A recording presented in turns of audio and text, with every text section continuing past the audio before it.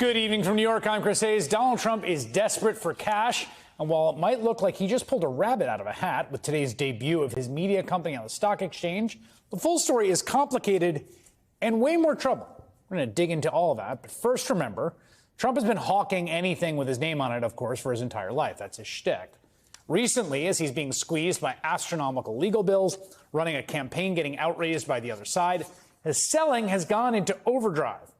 Trump's latest branded merchandise includes the Victory 47 cologne by President Trump, described as, quote, the signature scent of strength and success encased in a luxurious gold bottle, with a gilded bust of Trump serving as the cap. The collector's piece can be yours for just $99. Trump's scents are available alongside his new line of sneakers, including the Never Surrender high tops, quote, bold, gold, and tough, just like President Trump. Limited edition pairs went for $399 before selling out, though I don't think they've shipped any yet, so we'll see if that ever happens.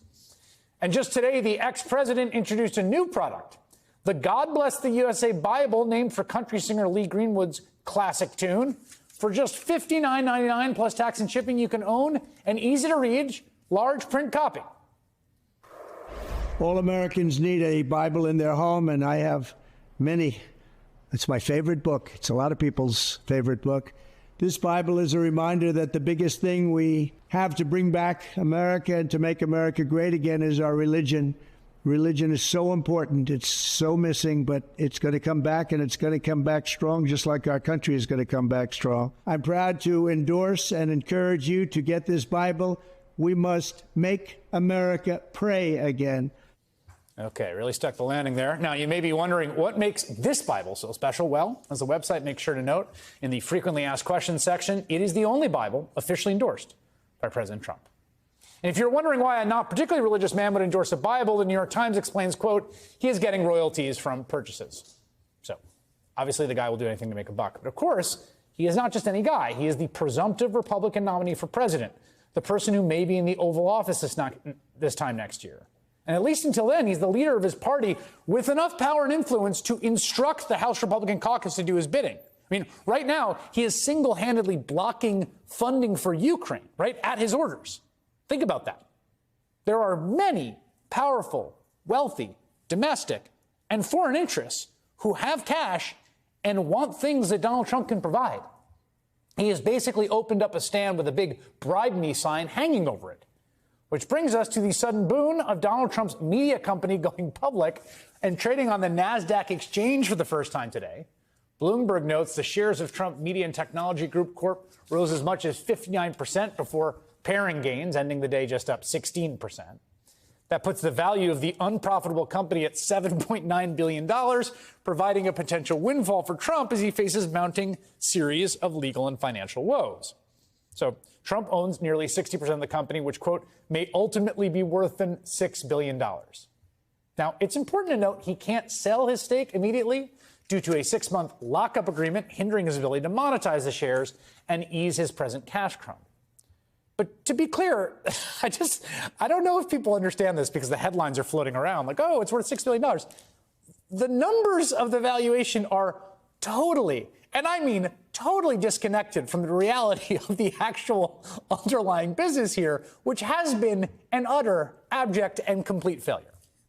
Trump Media, which includes Trump's social media site, Truth Social, has, and I quote here, so far struggled to generate a profit, losing $49 million in the first 3 quarters of last year while delivering, wait for it, just $3.4 million in revenue. Okay? Now, for context, the federal government officially defines a small business as having revenue between $1 and $40 million. Trump Media is a small business. It could get preferential contract treatment when it's dealing with the federal government, like a local mom-and-pop chain or an Etsy seller. We also just saw one of the most successful media companies in the entire country, Reddit, go public in the last few weeks with a valuation of about $6.5 billion. What was their revenue? Well, last year it was over $800 million. It was 160 times more than Trump Media.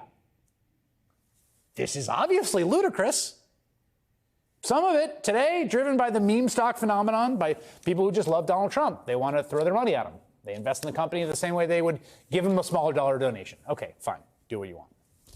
There's a bigger problem here, though. It's that anyone who wants to bribe Donald Trump can now just buy his stock.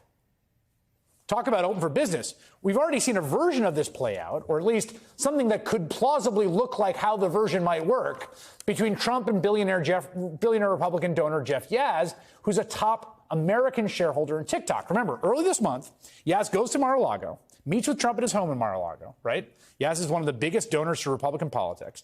And after that meeting, like the next day, basically, or a few days later, the ex-president promptly reversed 180 his position on banning TikTok. He wanted to ban it. Now he doesn't after Jess Yazd talked to him.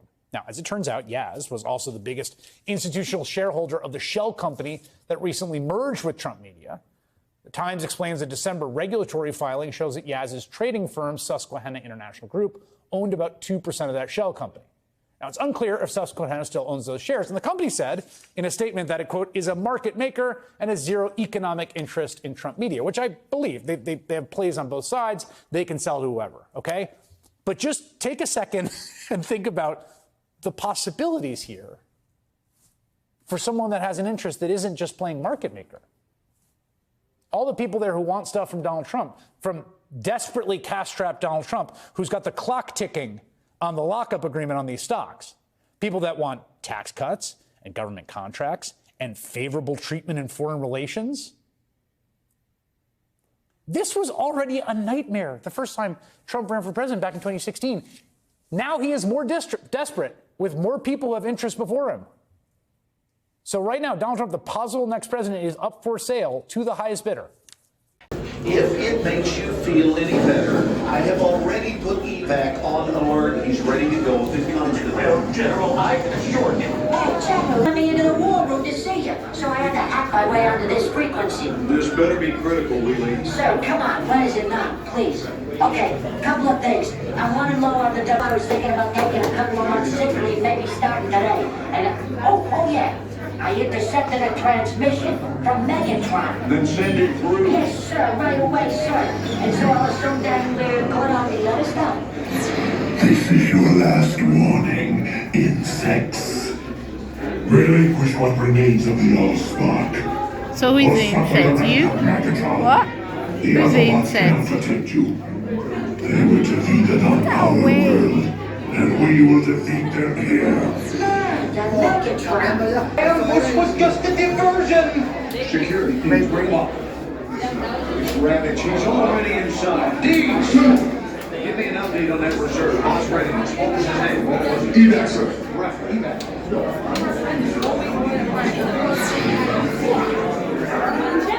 She's right in front.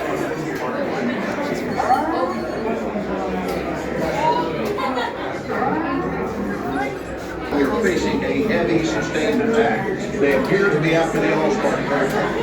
General! General!